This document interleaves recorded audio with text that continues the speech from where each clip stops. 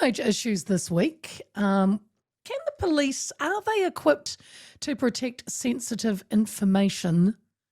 We're going to talk about the firearms registry. Firstly, the ammunition purchase rule kicked in on Tuesday. It means ammo now counts as an activating event. That requires updating the firearms registry. However, despite knowing the deadline since the registry launched in 2023, the digital dealer transaction system crashed right as the rule took effect, preventing firearms dealers from logging ammo sales properly. Secondly, came to light this week, an off-duty officer, as I said, was found to have accessed the police database about 1,700 times. It's reportedly the sixth breach related to firearms data since 2019. The ACT Party has contended always that the firearms registry is not reliably secure. It's a money pit, and it fails to target illegal gun use. And does it make us safer as a country? Joining me now, and good to have him back on the show, is ACT MP Cam Luxton. G'day, Cam. G'day, Leah. Good afternoon. Now, look, I have a confession. I had to do a little bit of research into this ammunition purchase rule because I must say it didn't get a lot of, didn't get a lot of press. So I hope what I said was right. But so the way, did I say it right? Can you give us more context on what it actually is and what of a big mess it turned out to be, or this week at least? Sure, Leah. Yeah, look, basically, we've got a firearm registry that's been put in place. Now, I can talk about why ACT thinks this is not the right thing to be doing and why we campaigned against it. But nevertheless, there is a firearm registry going ahead, and there's activating circumstances to actually have to register your firearms. So one would be if you bought a new firearm, it means that any firearms that a licensed firearm owner possesses must be registered. And just this week, it also included another activating circumstance, which would be the purchasing of ammunition. Now, this has been known about. The police and the Firearms Authority have known that this was coming online for a few years. They should have been more prepared. They weren't. It just is another shambles and shows why the police haven't been handling this registry right. But in all honesty, a firearms registry isn't a good idea from the start. It's been proven to be an expensive waste of money overseas. It's something that hasn't worked. And so what ACT has been saying since before the election, that we think we should be getting rid of the firearms registry because it's a waste of money, it doesn't keep anyone safe, and actually it can increase the risks of firearms getting into the wrong hands. And I'll tell you why.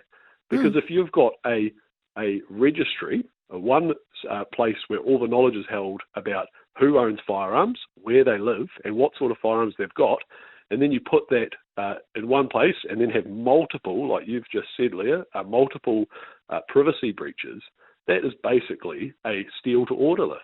And I understand that. Sure. I just wanted to typical MP, you've raced ahead. Cam, my apologies.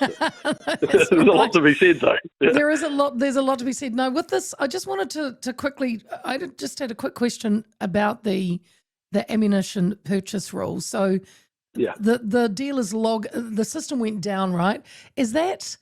Could that be, though, and I know you said they've known about the deadline was 2 years ago.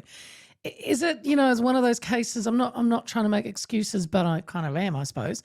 Is it one of those cases that's never been used before and it was a bit of a teething issue? And do you know if they've got it back running? Do you know what the fallout was with this?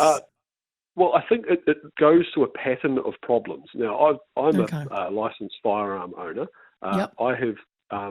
I've talked to many other licensed firearm owners and have come to me and said, why is the registry not accepting my firearm in the way that it is registered? It's been it's been a huge nightmare for firearm owners to actually register their firearms to date. So this is just another aggravating problem, shall we say, that we have had with the firearms registry. It's not good enough to say that the system wasn't able to deal with a known event on a known date when we're asking you've had firearm such a big owners lean in as well, to put so much trust in a system. I'm Yeah. interested in this off-duty cop. I mean, he accessed the police database about 1,700 times over a 19-month stretch. He said he was just being a good police officer. But apparently only one of these checks was considered probably work-related. I mean, what does your gut tell you about that as well, Cam? Well, you are asking about a gut feeling again, and I think many firearm owners in the country will feel like they have been hit in the gut, because this is one of those things that is hurting the trust that we need to have in the Firearms Registry Authority if that is going to be a thing. If it's going to have a firearms registry, it better work, and we better trust the people that are looking after it. Unfortunately, this is another event, along with multiple other breaches of It's about data the for sixth, firearm I think. owners. Yeah. Yeah, and some going back to leaks of individuals whose names have been recorded during the gun buyback. You've got emails going out, just that sloppy stuff with people not being blind carbon copied in, and instead having emails from other firearm owners. I could keep going. We've got hundreds of firearm owners' details were exposed in 2022 from an old police store. We've got an email sent to by the Firearms Authority, exposed email addresses of 147 licence holders in 2023. This is all leading to a lot of distrust, and I just want to touch that point. Trust is we've got the firearm owners who after our nation's tragedy on March 15th felt scapegoated, were treated in a way that was rushed, which wasn't correct, and has led to a lot of distrust with the system.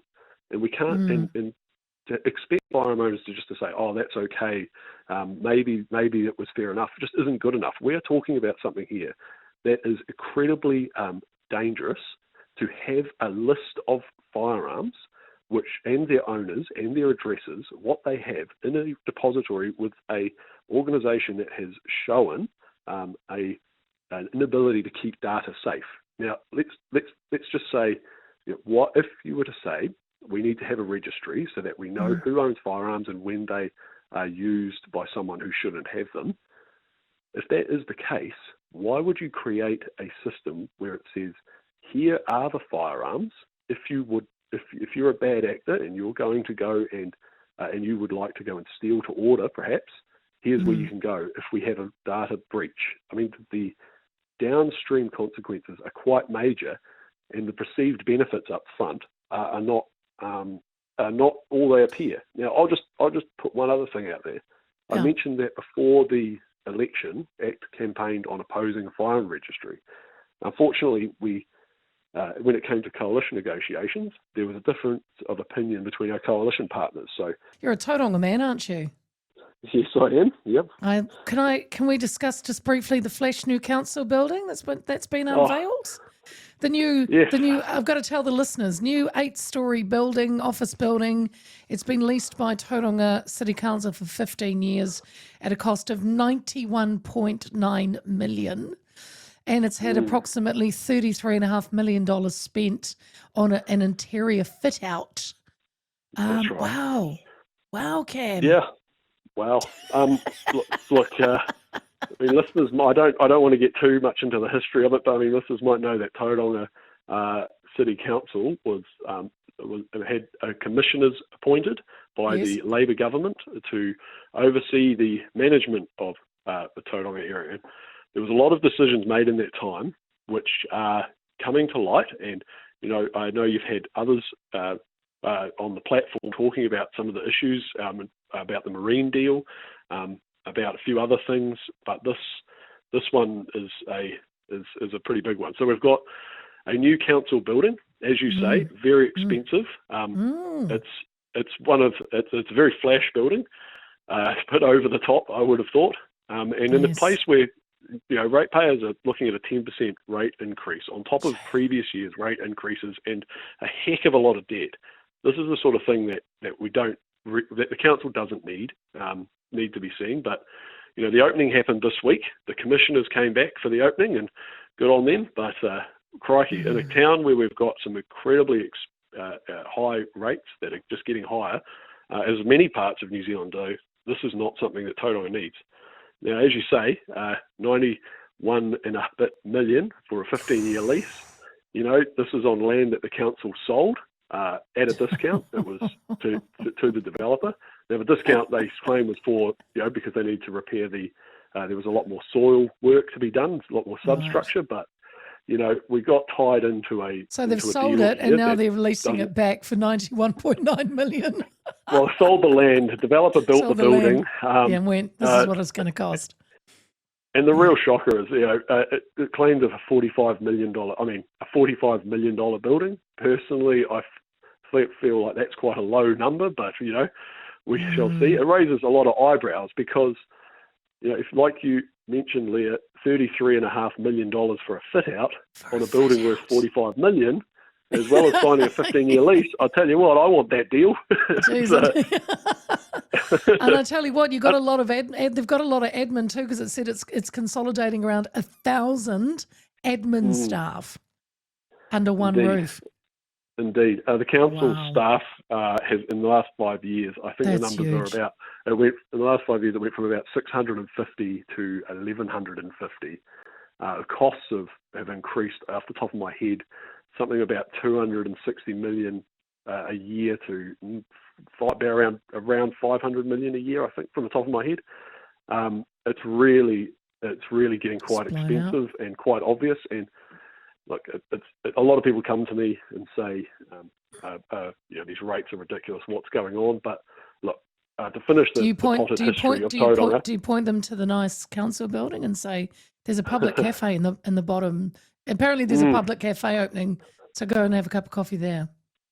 There's and you know, and the people of the Tauranga CBD, the businesses that have been struggling away for quite, you know, Tauranga has been through quite a hard period where businesses have struggled in the CBD, and cafes and shops have been waiting for a building to open to bring the council into the area. Well, they were originally, but bring it back to the area.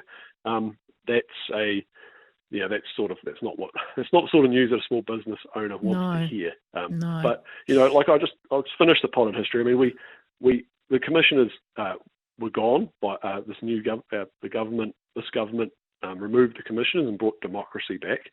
I think, you know, the council needs to look at what's happening, but at the same time, there is a lot that's coming to the surface from the commissioners' time. So I think Tauranga's got democracy back. We've got a new council. They're looking at the books and what's happening there. Central government can learn from the mistakes of how local government across the country has gone astray, and make sure we're setting the rules and the supports in place that actually get the best outcome for local government, so that we get the best outcome for ratepayers. That's where central government needs to focus.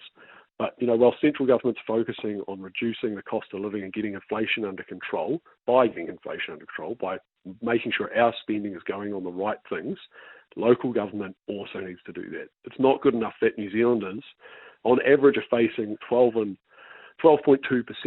rates and payments increase, while the inflation rate's at 2.5%. Yeah. Councils need to focus on delivering core services that can only be delivered locally, core infrastructure. Forget about the nice-to-haves, the vanity projects. Just focus on what needs to be done for ratepayers, because right now, New Zealanders are hurting and rates increases are not what we need. Tell you, Cam, that was a nice speech. You on the hustings already?